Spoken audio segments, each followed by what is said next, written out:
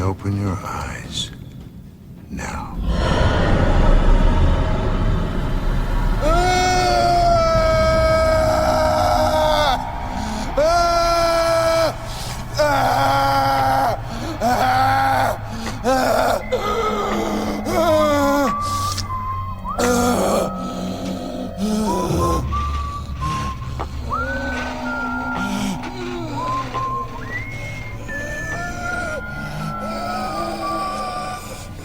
Try not to talk.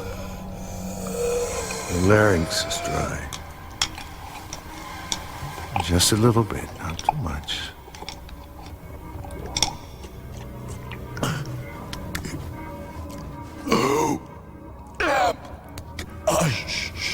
Why don't you let me do the talking? My name is Dr. Rue Wakeman.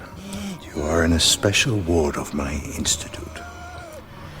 I've been performing some radical new experiments, of which you are the star participant. You, to me and my staff, are known as Subject 3. Today could be called your birthday, first day of your life.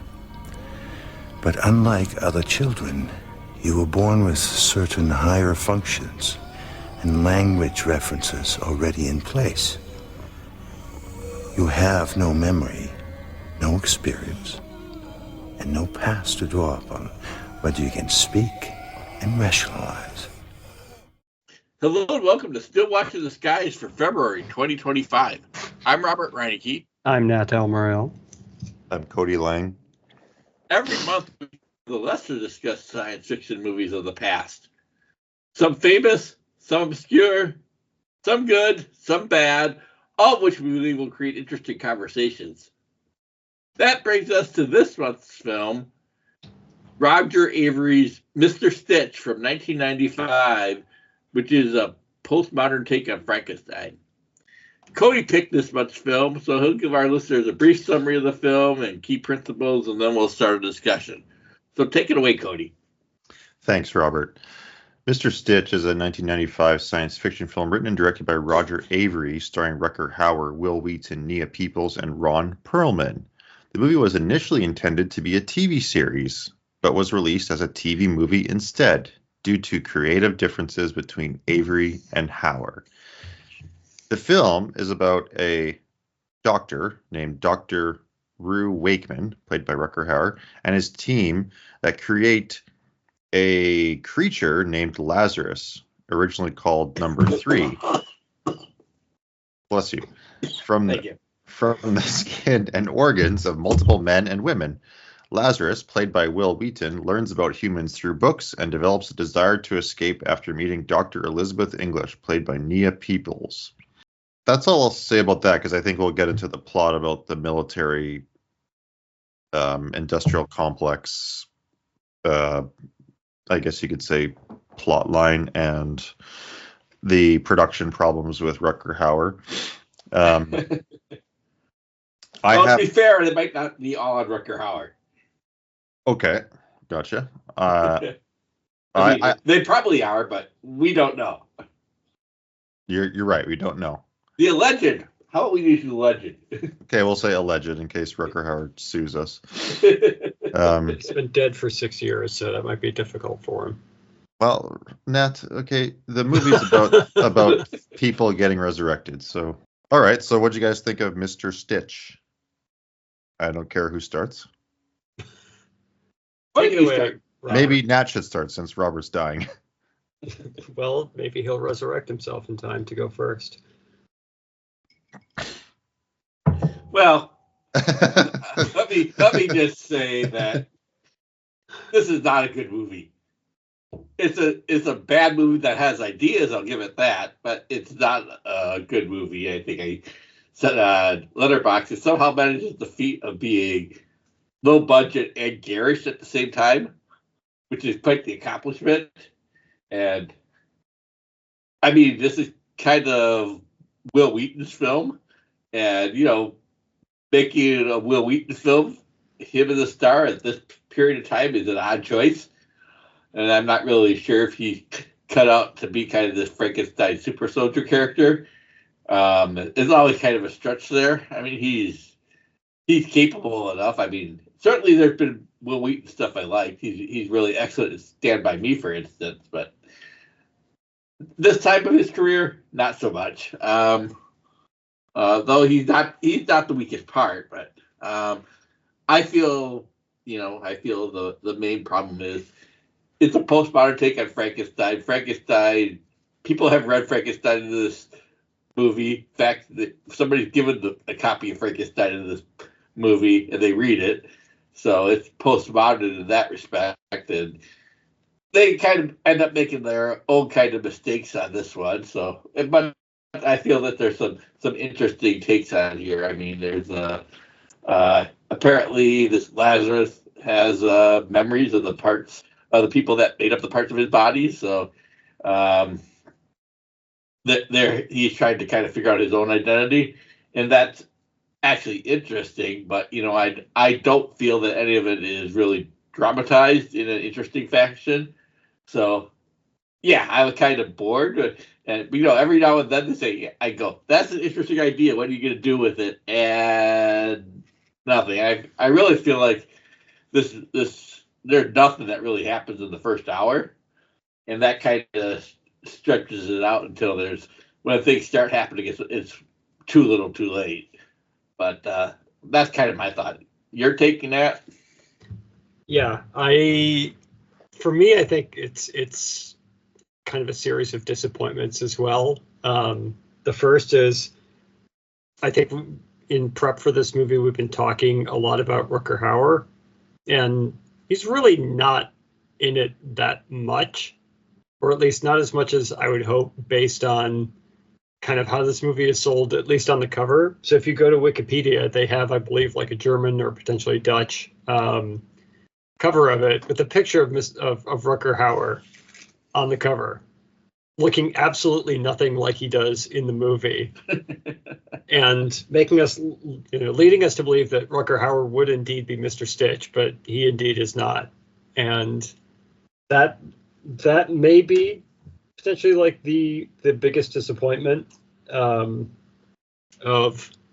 this film. But I agree. I'm not really a big Will Wheaton fan. Ever since he called out Larry David for strangling Elmo on the Today Show. And I'm firmly in Larry David's camp with that, but yeah, he doesn't really sell. I'm not really sold on him as kind of like the super soldier sort of person. And I like Roger Avary quite a bit as well. I like him on the I like him on the Video Archives. Thank you, Video Archives podcast. Seems like a really nice guy, but this just seems this is not as intriguing or interesting a movie as I think a lot of the things that thoughts he has rattling around in his head would otherwise say. Isn't he a convicted felon? Yes. Yeah. He killed somebody in I don't know if it was drunk driving, but I think it was like altered the state. influence. Yeah. Yeah. Yeah. But I don't. I think that's after this, despite the fact that there is a brutal car accident in this movie. But Several. Yeah. How about you, Cody? Well, I've never seen it before. I don't know if that's a surprise. I haven't seen a lot of his movies aside from Rules of Attraction, and obviously the ones he helped out with Quentin Tarantino. I like the movie. I think it's bad, as you guys would say, like objectively bad. Like the acting is bad, the cinematography is bad, the Constant dialogue. use of fade outs. I think that's the TV. Because I didn't realize it was a TV film until afterwards, but I was watching this on some weird French DVD rip, where the credits were all in French, and I was like praying, like, oh, please don't be dubbed over in French, and thank God it was in English still. Well, apparently they made it in French, from what I understand. It was a French television film. Well, at least it was financed and filmed in France. is my Well, okay, understanding. I guess that would explain the credits. Anyway, yeah, there is like noticeably like cut to commercial faded like fade to black parts, which is a bit jarring. It's more in the latter half of the film. Sure. Well, I'll just say that they show up in the Twin Peaks pilot too, so it's not really a deal breaker for me. I saw Well, no, it's quite not a few a deal of them. breaker. There's a lot of other deal breakers. Sorry, go That's ahead. true. Yeah. No, I saw a lot of them in the beginning too, and it seemed like they were coming a lot more frequently than would be like for a commercial break. Really? Yeah. Seemed like it was heavily kept edited down. I don't think so. Like it seemed really long, but Yeah, it's not that long of a film, but it's paced in a weird way where the first hour is basically you're kind All in of one room. yeah. well, you're left in the dark a bit about what's happening, right? You don't, and you kind of slowly get to know, and then it's basically him with this psychiatrist character who's played by Nia Peoples, and then yeah, it's in like a very like white room. There's not much going on. You can tell the budget's quite low. I didn't get the eyeball thing. I don't know if you guys understood what was going on there. Nope. No? Okay. So maybe to people who are listening, there's a giant eyeball with Rutger Hauer just floating in the around. same floating in the same room as him as he's talking to number 3, aka Lazarus, played by Will Wheaton. Yeah. It's some sort of surveillance device, apparently. Yeah, that's techno-organic surveillance device is what I came up with, but yeah, that's a really good explanation. Techno-organic surveillance device. Yeah, although it doesn't come up in the rest of the film. Mm-hmm. But here's what I wanted to read. So I was just doing some light research, and there's this Reddit I'm a part of called Obscure Media. It's like basically just obscure TV shows, movies, and commercials, whatever. This qualifies. Someone brings up this film, has a little blurb about it, and then all of a sudden, 2 years ago, there's a commenter, Will, W-I-L. Oh. Rutger Hauer was a fucking monster on the set. He was a nightmare from day one all the way to his final day. The script was magnificent, so special and filled with the kind of dialogue and ideas actors dream about. Rutger was so stupid, lazy, and arrogant. He threw it all out, even threw out lines that were not his, and he had the nerve to call it the grit to the writer-director's face. I'm cutting out the grit, he would say. And because he was a producer on the film, and Roger was still relatively new in the industry, the other producer, who could have done something to check Rutger's destructive force, chose to do nothing. I have almost as much contempt for that guy as I do for Rutger Hauer. Everyone else in the project, every actor, every department head, every member of the crew was working on something special that we were all so excited to be part of. And Rutger Hauer fucking ruined all of it. Sorry. Entirely on his own because he was stupid and arrogant. Source, I played the title character. That's not true. He did not play the title character. Oh, okay, I guess he did. Rutger Hauer was not the title character. You're correct. He's correct. Okay. So that's one guy's opinion, but that kind of explains a lot of the dialogue in the film, because there's lots of scenes later where there's like a jarring sort of tone shift. Like there's like just weird dialogue exchanges. And yeah, I kind of went with it. But yeah, it did feel noticeably like kind of, not to use a pun, but it did seem to be kind of stitched together from like something else. And that's not to say that I think like whatever the original thing would have been good, because the ideas are a little goofy. Like why you would stitch, like, okay, so the guy's a Frankenstein, right? So he's taken up from all inanimate parts. Why you would take such small parts of skin and put it together is completely stupid. He has a Hitler mustache. Like there's a tiny patch of brown skin under his nose that looks like a Hitler mustache. Yeah, but it's all over his body, and just it makes no sense. So it's like saying like every figure is different. Yeah, like so, like oh, his body was donated from all the people who are donating to science. Oh, that's great. Who's donating like half of a cheek or like a part of their forehead to science? Like you could have easily, not that I'm saying I'm some specialist in being a Frankenstein guy, but obviously like you would have like a whole face, Yeah. right? Yeah. um, Yes. and Well, and it's a very striking look, but the makeup is bad, first it of is. all. Was it Tom Savini that did the makeup, or did he just do some of the other special effects? I can't believe that Tom Savini would give the okay to this.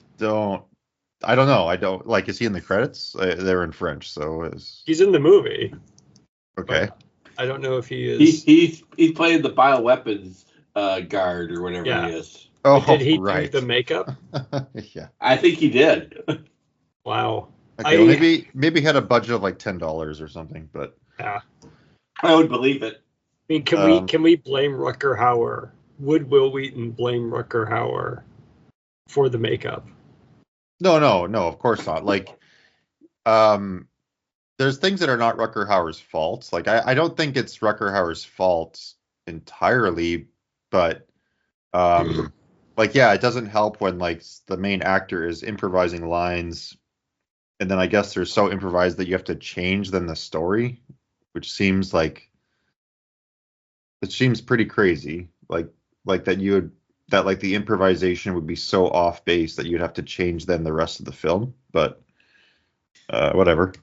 You're basically ad-libbing the whole movie at that point. Yeah, but you can't ad lib scenes, and just like Nat is implying, you can't ad lib like bad makeup effects. Like there's like No, you can't do that. like yeah, like you can't like even though I'm not saying that Will Wheaton is like lying there in that Reddit post, and maybe that could be a fake Reddit post, who knows, but like there's only so much one actor can do to like derail a film. Like, and there's even like you a can later do more part. when you're an executive producer, though. Yeah, but there's no indication that he was like stopping other stuff. It was just that he was fucking up all the scenes he was in. And also he looks so weird in the movie. Like he's got the weirdest haircut. He's got a weird mustache. His teeth are messed. Like he's creepy. He has a weird cadence to his speeches. Yeah. And yeah, like the movie is bizarre. Like I do think like this is something that like you would expect Vinegar Syndrome to put out in one of the releases, because it does like it's trying to be so philosophical and smart, but it just totally flubs it. Like I'm not sure if like having like a higher budget would even matter in this case, like because yeah, like where the film goes, it doesn't really kind of like it doesn't really go anywhere that interesting, because like basically he just learns that he's amalgam like that he's an amalgamation of all these people that make up his body now. Yeah, and he has some sort of cellular memory of all these people that make up his body. Yeah, and so what that really tells him to do is that he just shouldn't be alive, I guess. And I guess that recalls like in Bride of Frankenstein when Frankenstein says to the bride, like, we're better off dead or whatever, or like we're supposed to be dead, they're supposed to be alive. Like I don't know if the film was referencing that. We belong dead, I believe is the quote. Right, yeah. But like you don't really get the sense that like this thing should be dead, like or at least I don't get the sense. Like I got the sense that it was that like yeah, it would be like he seems like a genuinely good being. It seems like the humans like a lot of the humans in the film should be dead. So yeah, it's kind of like a confusing like story in terms of like the Frankenstein myth. Or not myth, but narrative. But yeah, overall, I did really enjoy it. I didn't find it boring at all, to be honest. I really liked the exchanges between Will Wheaton's character and Nia Peoples. I found the music to be pretty lame and obnoxious, but very of its time.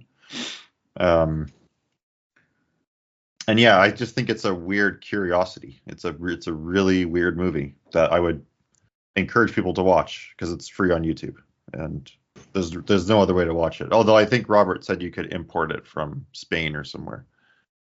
Well, there's that. I did find it on ripped from a VHS on Internet Archive. Oh yeah, as God intended. Yeah, I watched a DVD rip on YouTube. I watched the Internet Archive rip. Yeah, I think I tried to watch that and I couldn't. Yeah, complete with like titles that is not intended for commercial use. Yes. Yep. Like not intended for commercial use or like anything. I mean, it seems more restrictive than an actual screener. Yeah, like there's some there's some odd things in the film, like the Ron Perlman aspect. I was a bit surprised at. Like he seems like he would have a bigger role in the film, and maybe that's one of the things that was excised because of this improvisation or whatever. Yeah, he seemed like actually kind of the hero of the film in some respects, which is, I mean, this got to be at the beginning of Ron Perlman's career before he had even had a breakthrough. I mean, this is pre-Kronos.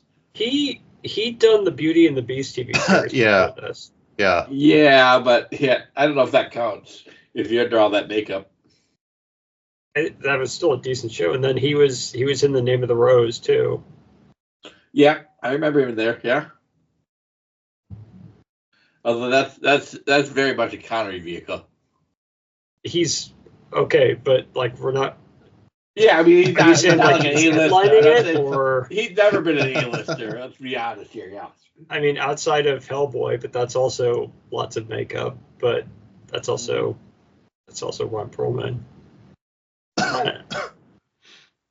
No, I don't want to say I think Ron Perlman's cool. I just think he was never a big name. And in the mid '90s, I mean, yeah, Beauty and the Beast was a popular show for a couple of years there. Was Linda Hamilton in that one? Yeah. Yeah. Okay. Yes. So I remember correctly. I never watched it, but it was a popular show. I remember. He was in Police Academy Mission to Moscow in 1994. Adventures of Huck Finn, Kronos, Sleepwalkers. But yeah, like I think he would have been at least like that guy at this point. Yeah, he'd be a that guy at this point. And it's not. He'd probably be like the second, well, probably the third. I don't know. Is he better known than Nia Peoples at this point or not? I wouldn't think at this point. I mean, Rutger Hauer would have been the A-lister. Will Wheaton was known. I mean, Star Trek Next Generation, he was known for that at least. So yeah, I'm actually I didn't grow up watching Next Generation, and I know that I would probably side with Larry David as well, but I do really like Will Wheaton in this movie. And I didn't mind him in Next Generation. I know he's quite disliked, but I thought it's more the role is written though than him. Nobody really has anything bad to say about him. Yeah, I still didn't mind the role either. Yeah, and he's certainly very good in Stand By Me. Yeah, but I thought he was like doing the best he could with what he was given, and given the how chaotic the set sounds, I think we can't really. If he had problems, it wasn't his fault. Yeah, like it just seems. Yeah, like I can't really speculate because I'm just going off of like random gossip things, right? But well, I made it to Entertainment Weekly as well. The story. Oh, really? Oh, okay. Yeah. Oh, interesting. Yeah, and I'm kind of fascinated by like TV or like made for TV movies and in particular like American made for TV, because there is like a pretty cool history of films that are there that I feel like have not been preserved in some way. Yeah, I mean, Dune has obviously been not Dune. Duel has obviously been preserved, but a lot of it hasn't. I mean, I could probably count on one hand how many TV movies I feel have been preserved properly.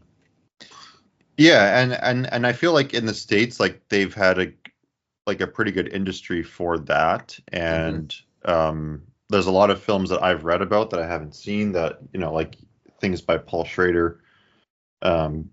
There's like a Brian Dennehy film where he plays John Wayne Gacy, I believe, that I thought looked really good. And yeah, there's just like this whole, well, I guess I want to say like tradition, but there's this whole like other side of the movie industry where,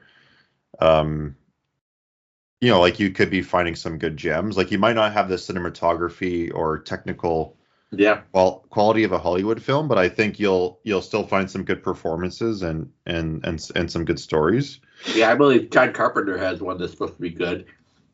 Well, like Salem's Lot.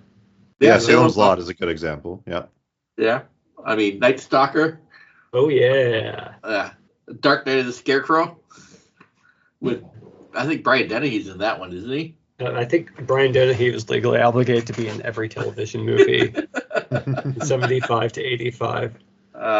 Trilogy of Terror is certainly one that's been well preserved. Those seem to be three big. Then you got something like Mulholland Drive that started as a TV pilot and then became a movie. Yeah. Like this. Sex Lies Videotape was originally supposed to be a TV film. Really? Yeah. But it was so... Well, they made the right choice. Well, yeah, but they saw and realized, oh yeah, we should put this in theaters. Like, it's pretty good. Yeah. Yeah, and they kind of made the indie market. Anyway, I really liked, like, overall, like the flow of the film. Like, I do admit that there's some, technically bad things about it, but I did like how it started. You're sort of not really sure what's going on. Like you are keyed in pretty early that it's like a Frankenstein type story. And, but I did like how it starts with his like body in this like sort of medical suit, and he's learning how to walk. He's learning how to, lift weights and box and do all this stuff. And then you finally see what he looks like, and he looks like a total freak. And, but I did think his hair looked cool.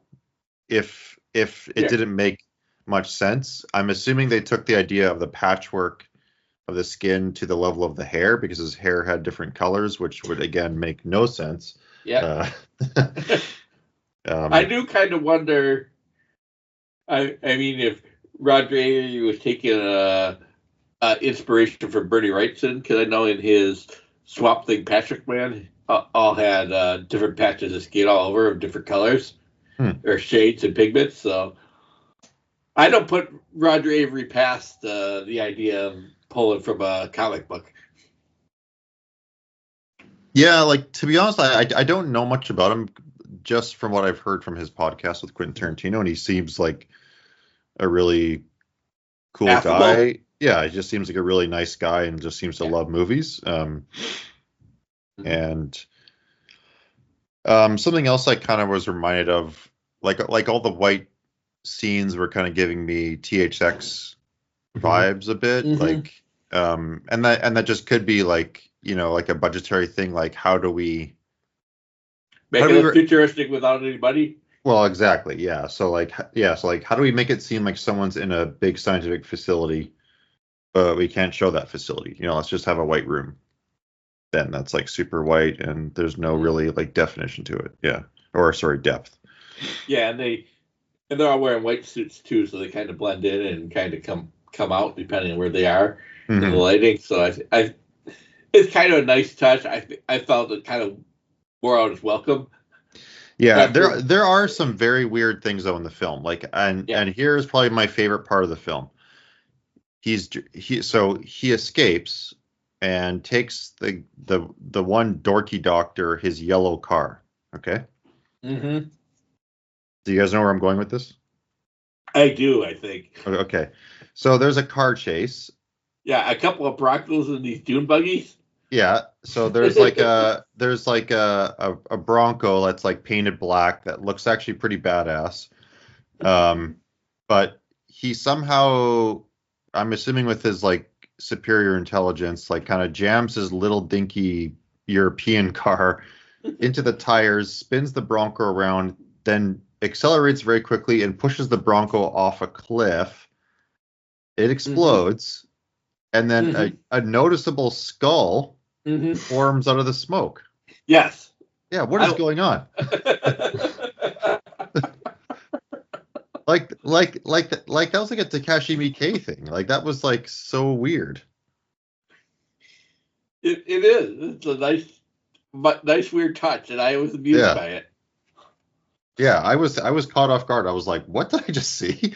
Like, wait, is that real? Yeah, I guess it is. Like, am I just like imagining things, or is that like? But it was clearly like a skull from the smoke. Like, yes, clearly. I saw that too, and I will swear that Cody is not making it up. Yeah. Okay. So there's kind of like random stuff like that. Not too much, but they kind of come at weird moments. Yeah.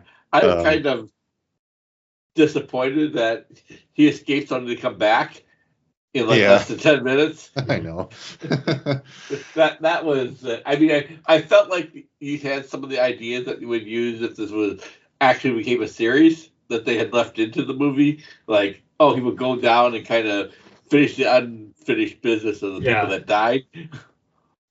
I don't know how you can make this into a series, to be honest. I don't know either. Yeah. I feel that, you can't really, but I feel that was like one of the things that they were going for. Like, well, that could be like, because they go out of their way to talk about how many body parts make him up. So it becomes like a My Name is Earl sort of thing, where like he goes to right the wrongs of all the people who he was comprised of, and I can just imagine it as like a little checklist of like body part number 435, like left ass cheek. Okay, this guy, let the dog out and it ran away. So this kid had never delivered the Valentine that he made for his mother because he died. So he will deliver it. Yeah, so he makes like a crappy kid's Valentine, and it just has like backwards R's and shit. So I can see that becoming a TV series. Okay, but how many episodes? Well, how long did My Name is Earl run? Like this would be canceled quickly. Yeah. I don't know. I don't even know what that show is. It's good. It's good. Yeah, I can see there'd be mythology episodes where the outfit, which is what the call is that a Stephen King reference? I don't know, but anyhow, it's like mythology episodes. The outfit is closed, and then he has to get away, and the other ones he just kind of taking care of unfinished business of his body parts. Would he? But that's at least two plots. That's a lot more than a lot of shows have going for it. They only really have one plot, but this one has like two plots. I mean, see, when I read that it was going to be a series, I took it to be a mini series, not like a TV series. But even so, I think you could take some of those ideas and use it to pad out a mini series. So, but either way, it's at least one more plot that the company had going for it. And how long did that show last? Well, it's a sitcom. Yeah, exactly. they don't have plots. It's just a situation. Anyway, I don't want to get into theory of TV here, but no, I get it. I don't disagree. And so like the final confrontation I really liked as well. I thought the army guy was hilarious. And like you do kind of feel the budget in certain scenes. So like when it's just the old man at the table is the security for this facility. Like you kind of like, okay, that's like a trope from 70s and 80s where they're not like, where like Roger Avary is clearly not like sure how to create like a world, like, like do like the Ridley Scott thing where the world that you're creating is plausible, right? Mm-hmm. Like your sci-fi world is plausible. And yeah, so there's stuff like that, and I did like the wide shot of when he finally escapes the facility. Like, I'm not sure what building that is, but it was quite a beautiful building, and good Yeah. location to use for this. But yeah, it's yeah, like you do feel the budget in those scenes more than the first part of the film. Although having said that, the eyeball is kind of bad, so you do kind of get that. Mm-hmm. There. I did like when they're kind of doing the chase, and they're kind of going through this cliffside road. Yeah, that was cool. Pedal carving in the mountains. That was good location scouting. Yeah, for sure. I was kind of annoyed where Mia Peoples kind of shows up at the very end, just so they could do like a Wrath of Khan ending to the story. Mm-hmm. Right down to the hands against the glass, either side of the glass. It's like going, okay. I mean, don't get me wrong, that's an excellent ending for a film, and it works, and it still works, but you didn't have to be so obvious about it. Yeah, it also doesn't make a whole lot of sense. So like, yes, he's quite drawn to her, but like he's also comprised of all these other people, right? Like, and he's also got his own mind that he's developing. So like it's sort of like kind of makes it seem like, okay, he, like Ron Perlman's character is living on through him, but it's also all these other characters are living on through him. And so it's weird to kind of single out Nia Peoples, but then you're kind of making the film to be like this relationship. So they kind of wrote themselves into a bit of a corner there. Yeah. I don't think that's in the Frankenstein novel. No. Yeah. Although I guess her character is named Elizabeth. Elizabeth is in Frankenstein. Yeah. Yeah. So as a Frankenstein adaptation, it's a bit of a curveball. I do like it more than just a straightforward adaptation. Obviously, like the James Whale ones are superior in every way, but have nothing to do with the book. Yeah, and like the Hammer ones are really good. And very little to do with the book. Yeah. So yeah, so it's just a bizarre curiosity. I just think it's like, I don't find it boring, but I could see, if you're expecting a Rutger Hauer film and then you get this, and you should be expecting that because, like Nat said, like his face is on the cover and he's like the only one named. Yeah, and they even kind of lampshade that he disappears from the movie at one point. Yeah. Yeah, like where's the line that the military guy says? He just says, "Oh, yeah, he had to go, or we made him disappear," or something like that. Yeah, like it's just some throwaway line, and yeah, it was so bizarre. Another thing I thought that was a weird touch was in the flashback scenes with Ron Perlman's character, who's a scientist, Nia Peoples, scientist, and then Rutger Hauer. They're meeting the military guy in some dark room, presumably like where all the science experiments are going on, and then in the background there's like this oil painting of Rutger Hauer's character. Did you guys notice that? I didn't, but I believe that. Yeah. It's so weird.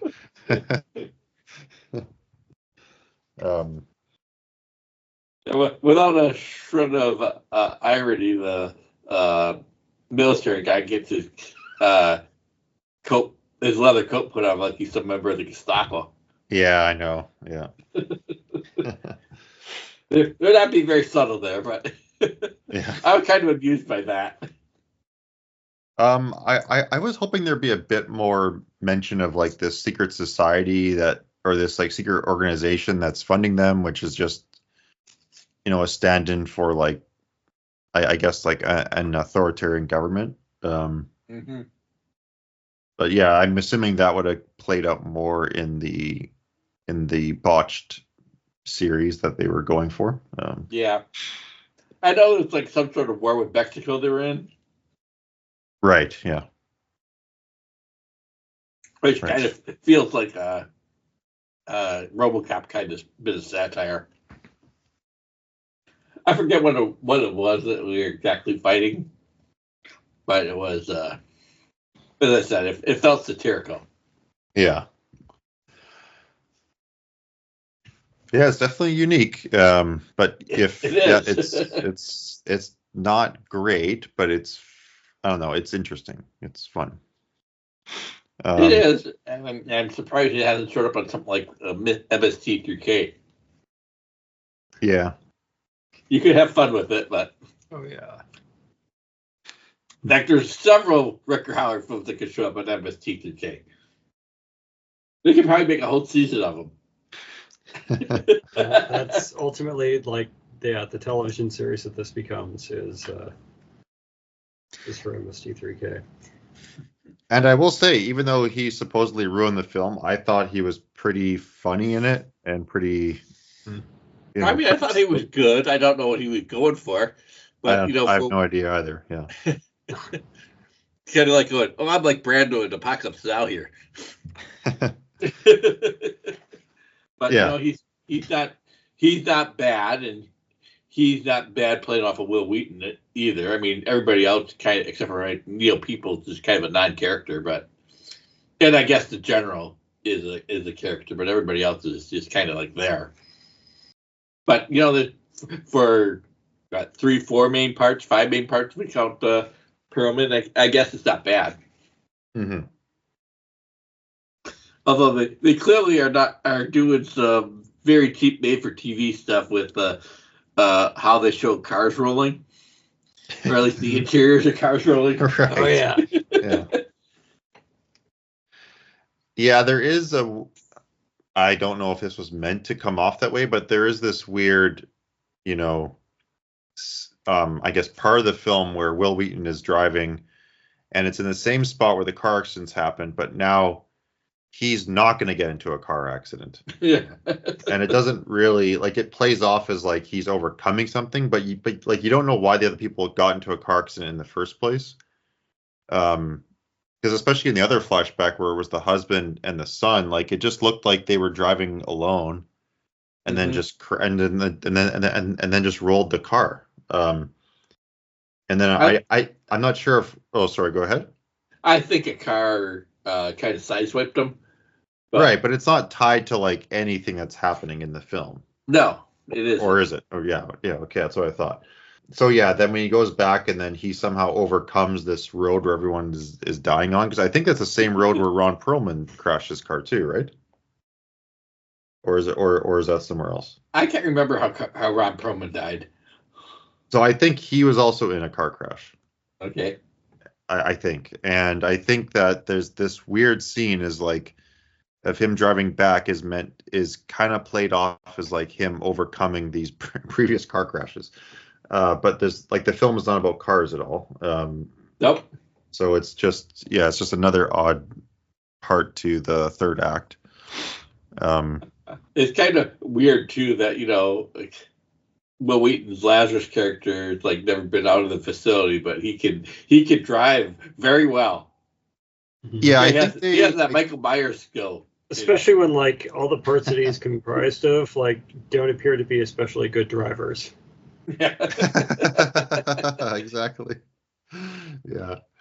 I think they're getting away with it by like saying like, oh, he read like 1 million books and listened to a bunch of, I don't know, like that he just like do a bunch of podcasts. Like he educated himself in like every possible way somehow. So yeah, he can drive like amazing. I will say that I felt it was kind of bold for the mid-90s for Rutger Hauer's character just to dismiss the Bible as a work of fiction. Yeah, I was thinking that too. Like I was thinking like, oh, that sounds like it's like a Roger Avary thing, like he's trying to make a point, but then you realize, oh, all these lines are improvised, so Who knows? Rutger Hauer's trying to make a point. One thing I will say was very striking to me is after he reads this and is supposed to like established as a Superman and reads all these books, he demands to have his own name or choose his own name, like when he's still Subject 3. And to this point in the movie, like I'm like Lazarus doesn't come up, but before he reveals what the name is, I'm thinking like, okay, so this is supposed to be like a super intelligent, super strong, superhuman, and he's going to call himself Mr. Stitch. Like that's the best name that he can come up with. Like I legitimately thought he was going to call himself Mr. Stitch, because otherwise that name really isn't brought up in the movie at this point. I don't even remember if they bring it up at all. I think they maybe once or so. I think they Project Stitch they say at some point. Yeah, Project Stitch. Yeah. But then he's like, I want to be called Lazarus. I'm like, oh, okay. Well, that's kind of worse. Like, but I don't know. Well, I mean, the names Adam and Lazarus are probably your two choices if you want to be on the nose about it. Well, it could be, you could call yourself Jesus. Or, I suppose. Or God. I would like to be called God. I don't know if Will Wheaton could get away with that, but I don't know. I didn't really like Will Wheaton though that much in this, and maybe it's just because I don't really buy him as being this sort of superhuman character, and I don't know. Maybe it's also like a '90s thing where okay. Who would you recast? Rutger Hauer. I want to see Rutger Hauer as in like a dual role, like playing the doctor and so he creates his own image. Yeah. That would actually be interesting. That would be weird. Yeah. just on a visual level, I don't buy Will Wheaton as super strong. Like even when he's escaping the facility and he's beating up the guards. Yeah. But he's trained. For so long. I'm sure I have a point that I got to bring up here. I noticed they have 6 weights on the barbells that he lifted. They say he lifted 500 kilos. How does that work? Yeah. So you're saying those weights are 45s? I don't even know if that works. 645s is what? Maybe the bar is just really, really heavy. Well, the bar is 45 pounds at a normal gym. Yep. And he's got 4 plates on each side, right? But they're using kilos. Either way. So those of you listening, figure out this puzzle. Maybe they were actually in pounds, and so they were just doing like a conversion to kilos just to be assholes. I'm gonna do the math right now. Well, even divided by 8, it's simply 45 times divided 8. by 8 minus 45. No, divided by 8 plus 45. No, times 40. No, wait, shit. Minus 500 minus 45 is what? 465? 465 divided by 8. And that should be divisible. Okay, wait. But they're in kilos, not pounds, right? Yeah. Yeah, how much is a pound? They said 500 kilos. So 500 kilos.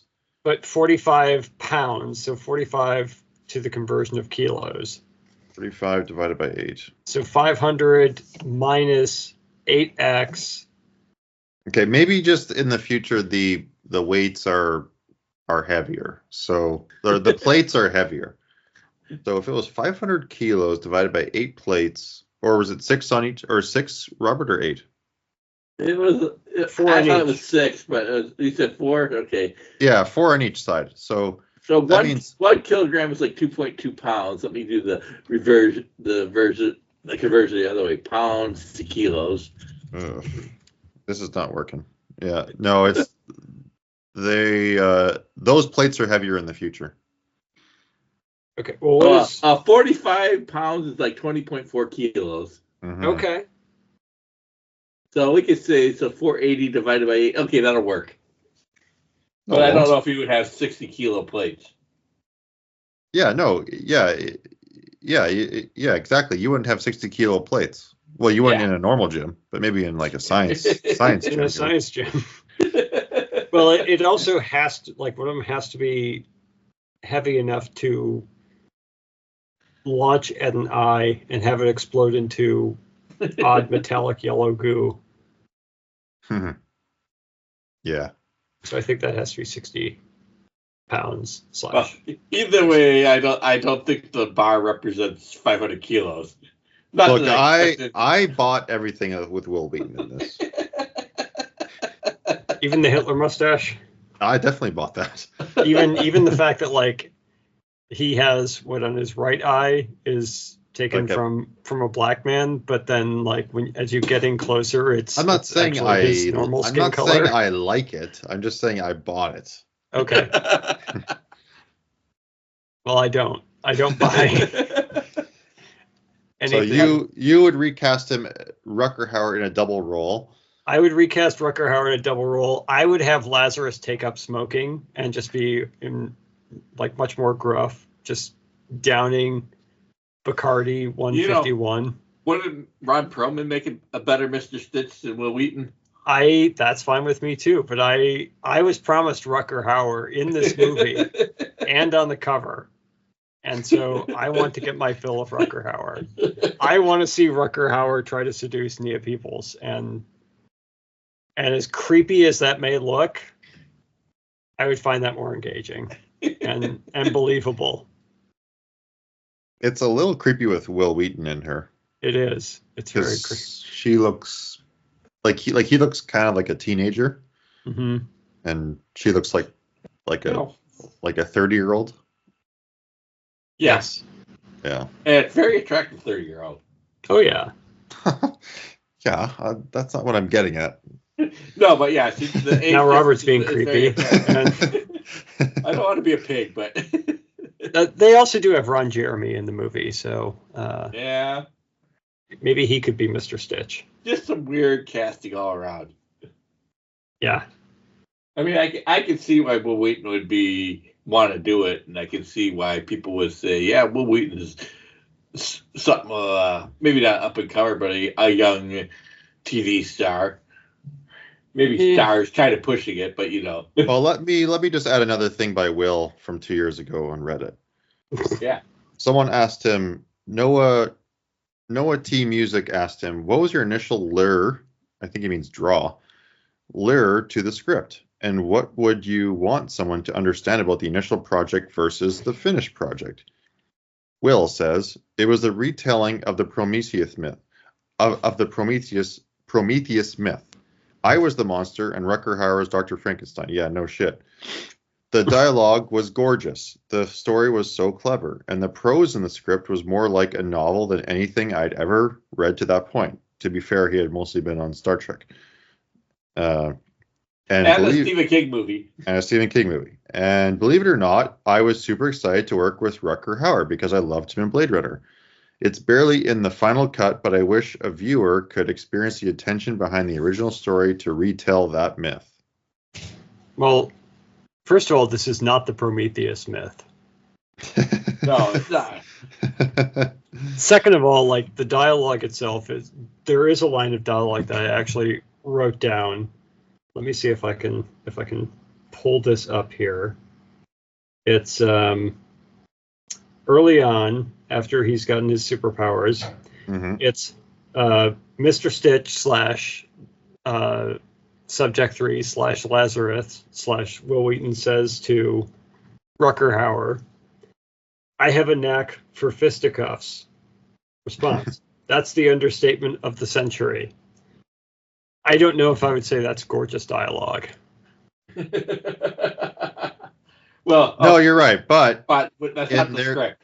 In their defense, that they did say that they had to rewrite all the dialogue to accommodate the improvised dialogue by Rutger Hauer. All of the dialogue, I thought it was like Rutger Hauer improvised his stuff and then rewrote some of the other stuff. But he was trying to rewrite other people's lines, and then Roger Avary felt that because the lines that Hauer was saying were so different from the story, he then had to change other people's lines to fit with what Rutger Hauer was saying.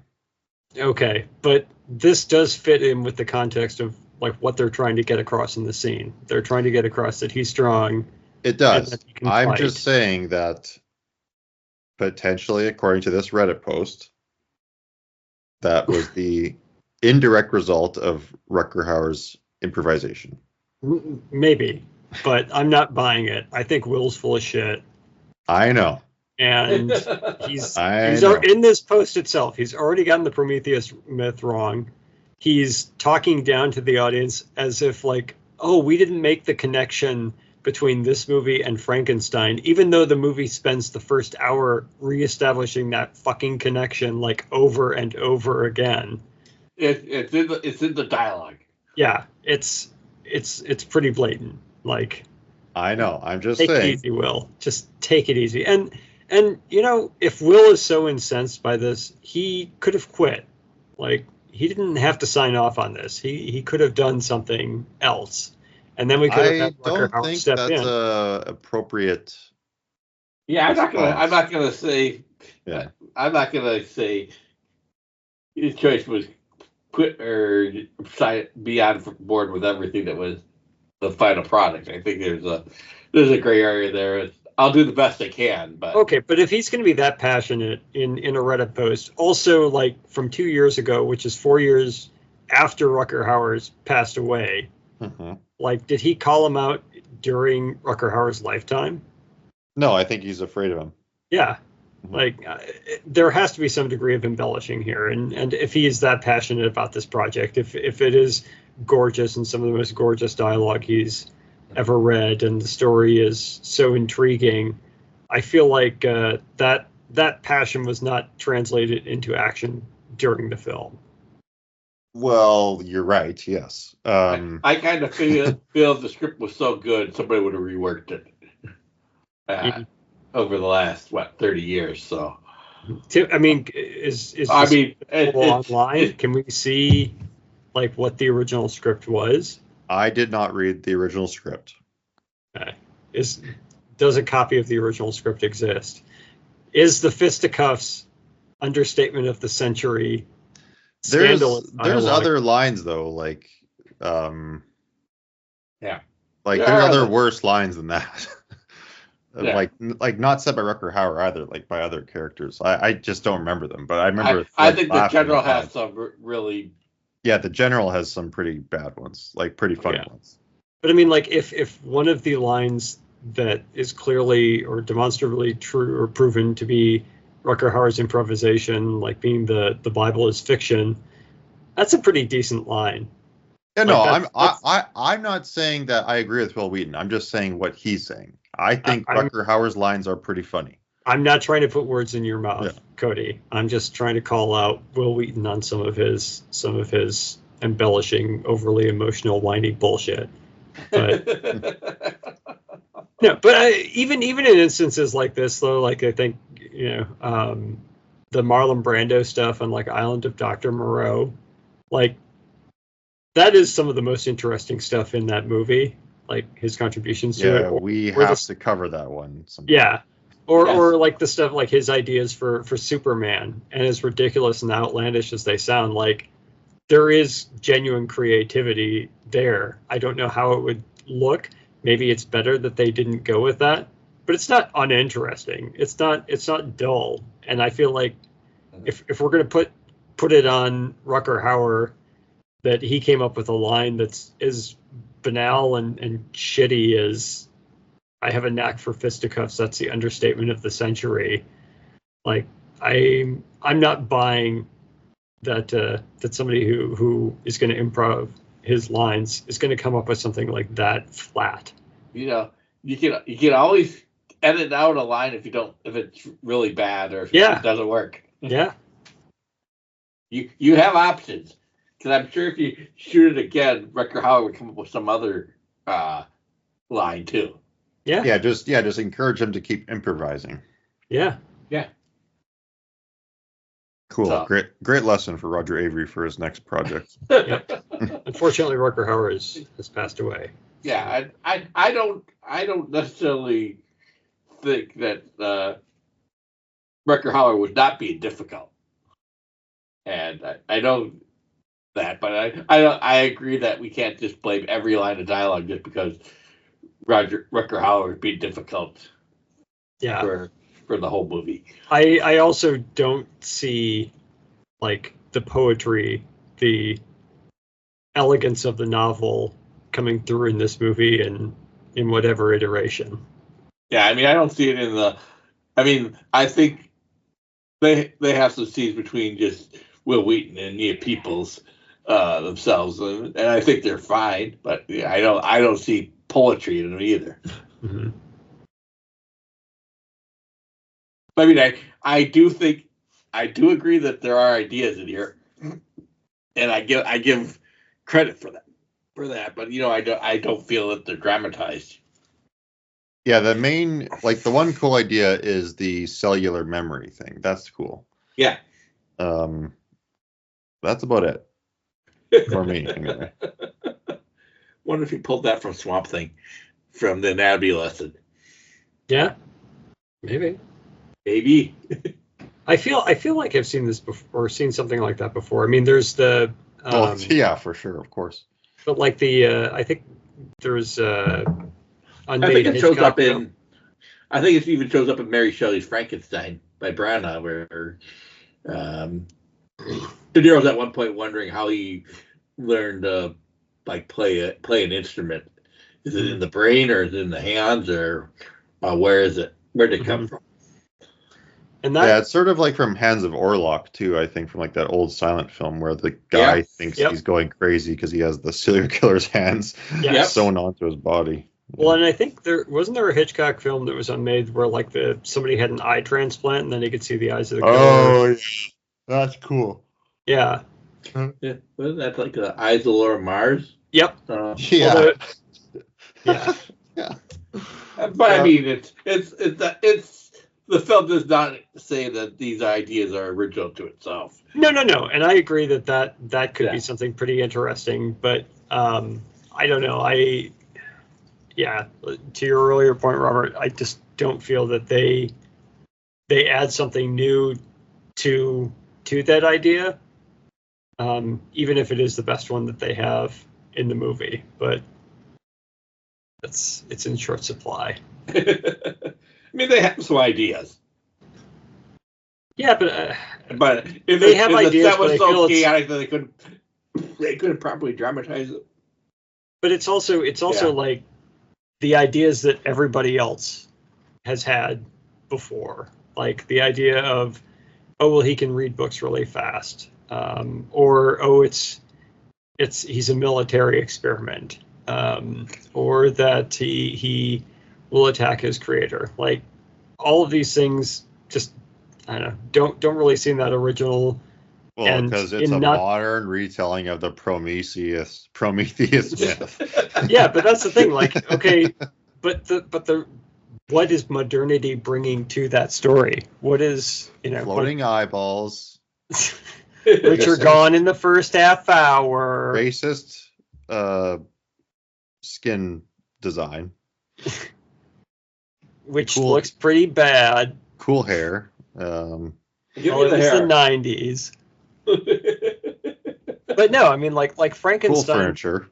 That is an update of like the Prometheus myth, and I think that that at least has stood the test of time. But that's a great way to bring in, bring that into a more contemporary setting, and you have like the prevalence of or kind of the discovery of electricity and like galvanization and all that, and having that tie into Frankenstein. So I think why not just do a traditional Frankenstein movie if that's what you want to do? Like what is 1995? Because it's got to be about like the military-industrial complex. But every fucking movie in the 90s, like the X-Files, has been on for 2 years already, and that's everything. Yeah, they really want to be like the X-Files, though, in this film. Yeah. I think so. Yeah. I mean, I think so. I wish it were. I don't know. But I mean, that is, I think of that as being like a, like one of those tropes of the 90s. And Yeah, it's also a trope of the 2000s and Yeah, 2010s and yeah. and the 80s and 70s for that matter. It's a pretty like common thing with Hollywood. Yeah. Yeah, so it gets really fucking boring when it shows up again in here and doesn't really amount to that much besides like, hey, let's get on the bandwagon of the same thing that everybody else has been doing, but we're not really looking at it in a profound, investigative, or interesting way. Yeah. Well, admittedly, I kind of feel that, Rutger Hauer's shenanigans might have forced them to switch villains.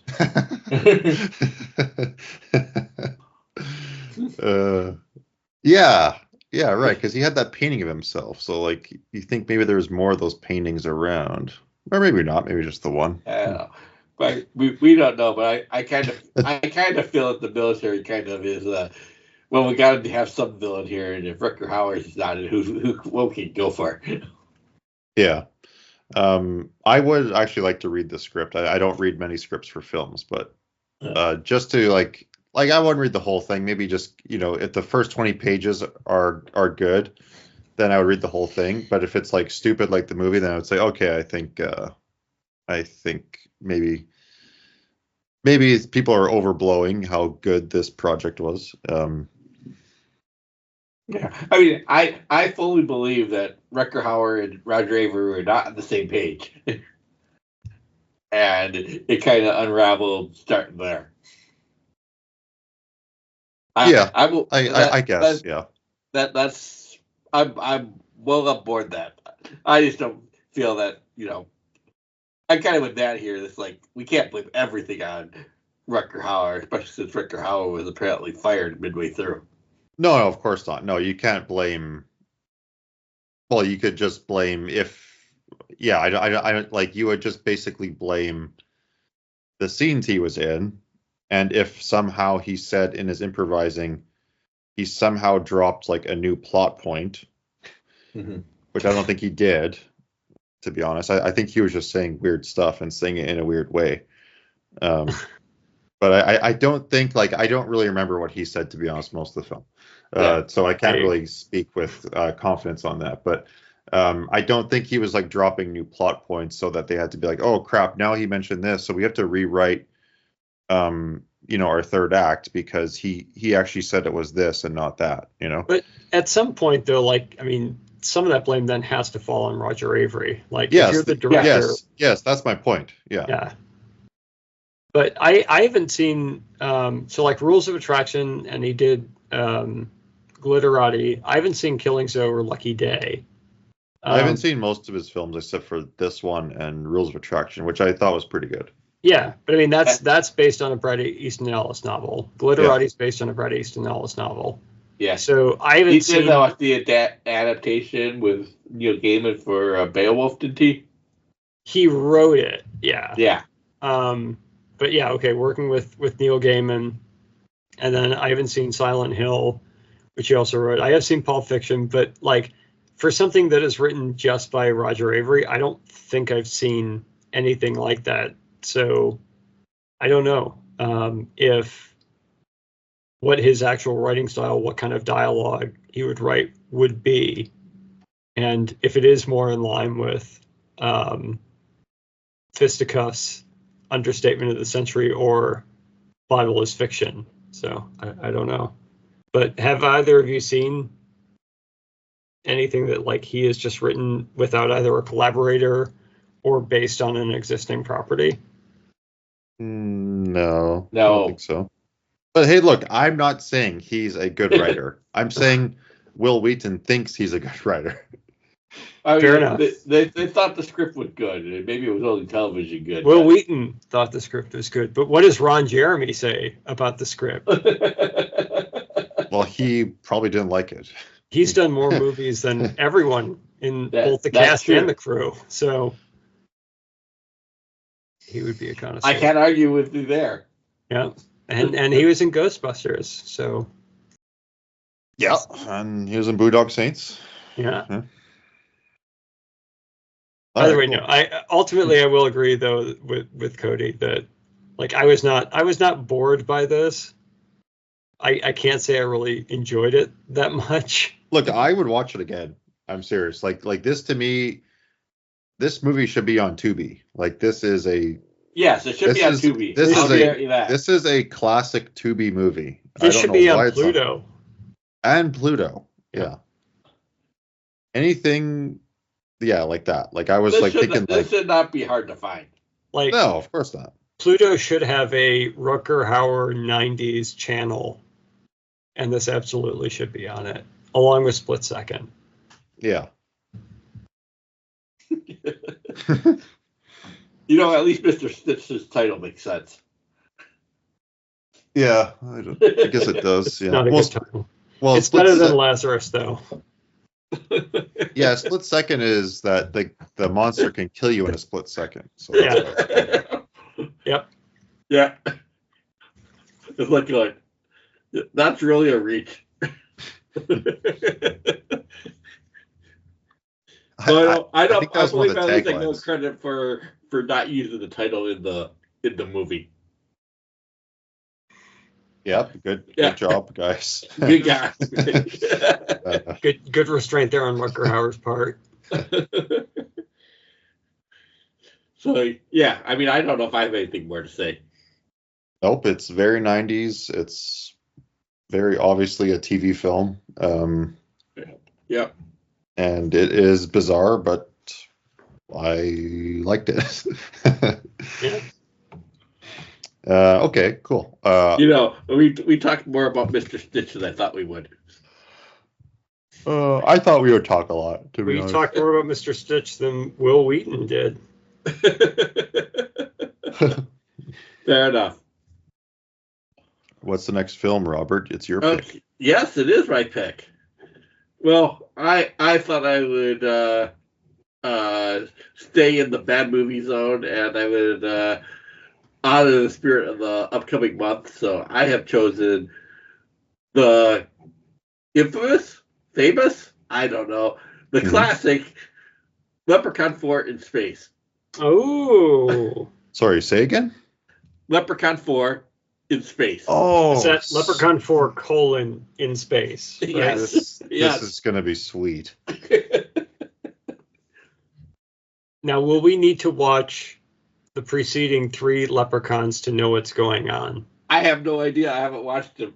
I think I'm going to go in cold and see if I can pick them up.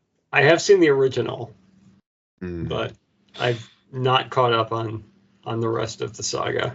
I can't imagine how it works in space, to tell you the truth. How a leprechaun works in space? How do you get a leprechaun in space? Well, I'm sure he just sneaks aboard like a spaceship. Yeah. Where's the rainbow in space? Robert, don't ask silly questions like that. Well, I mean, do leprechauns need rainbows to appear? I don't know. That's where the bear and the pot go, isn't it? I don't know. Maybe somebody, steals. So just comparing Rotten Tomatoes. This has a higher Rotten Tomatoes than Mr. Stitch. How many people voted on Mr. Stitch? I don't know. Huh. Leprechaun got 8 reviews. Let's see, Mr. Stitch. Oh, wow. Well, I know it's available. It's part of the famous Leprechaun series. Yeah. Yeah, that was maybe a bit of a pain in the ass for this last one. It was hard to find. We did find it, though. Yeah. I feel like the disclaimer or the Mr. Stitch got 25% with only 3 reviews. Oh, okay. Was one of those Will Wheaton? No, it wasn't Will Wheaton. People I don't know on here. Okay. Well, someone from Serbia. I feel like Leprechaun 4 kind of opened the floodgates to kind of in space, although did that Hellraiser film in space come before or after Leprechaun 4? Leprechaun 4 was I think Jason 96. in space was... Jason X was after, because that was digital. Yeah. So I had 99. This is very close to Hellraiser 4. Like in terms of time frame. Man, they pumped out these Leprechaun films. Yeah. Warwick Davis was the star. Needed to make money. Well, did he? I mean, he was in Return of the Jedi. Like, He was in Willow. there's got to be some residuals, like, pouring in for this dude. Maybe. And then he'd be in Harry Potter just a couple years after. I didn't know he was in Harry Potter. Yeah. Every time you see a short guy, it's This was the same year as Hellraiser Bloodline, which is the one. So that is pretty interesting. Yeah. Interesting. Well, we'll be watching Leprechaun 4 next month in March. Hopefully we'll drop it on St. Patrick's Day. Yeah. Oh, now I get it. We should drink Guinness while we record next time. Oh, I'd love to, but it does my gut no good. Well, you can drink whiskey then, Robert. I can drink whiskey. Okay, I'll drink Guinness then. I'll have a shamrock shake. I'll just buy a bunch of McNalls and I'll be puking through the second hour of the podcast. Get some shamrock shakes. Oh yeah, because I think don't they bring out like Grimace's weird uncle or something like that? Like, isn't there a green Grimace that appears to advertise shamrock shakes? Or I'm not sure. Is that just a hallucination brought on by drinking shamrock shakes? I actually don't even know what a shamrock shake is.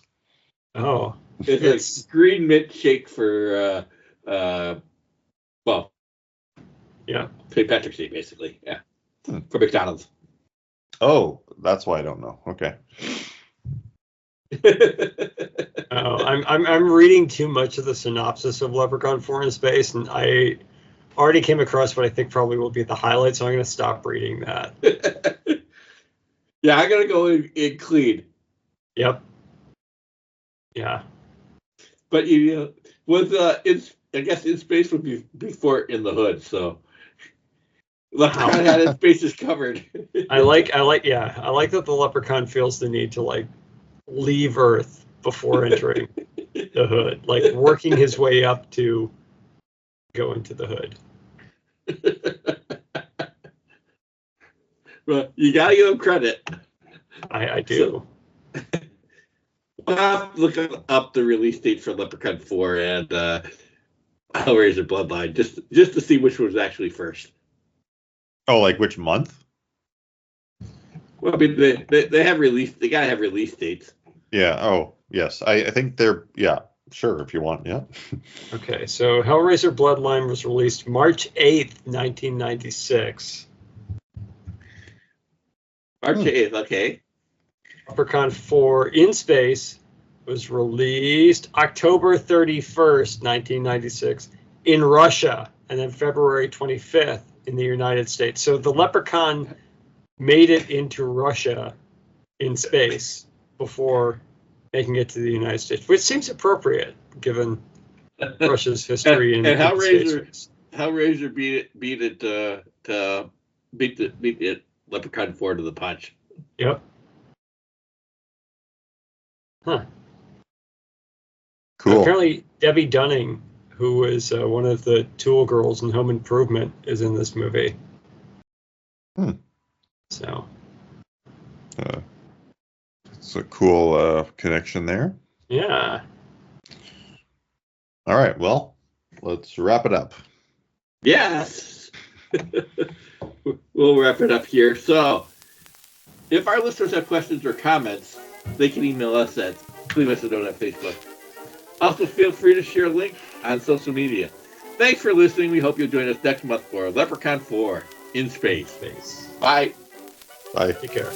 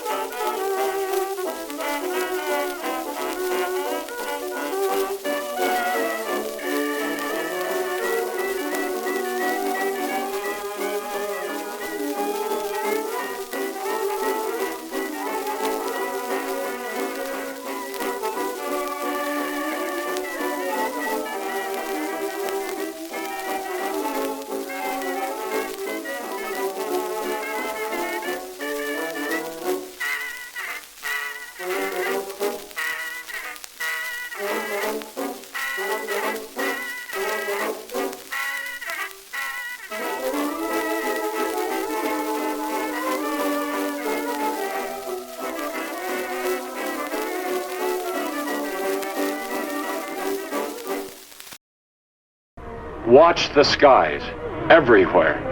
Keep looking. Keep watching the skies.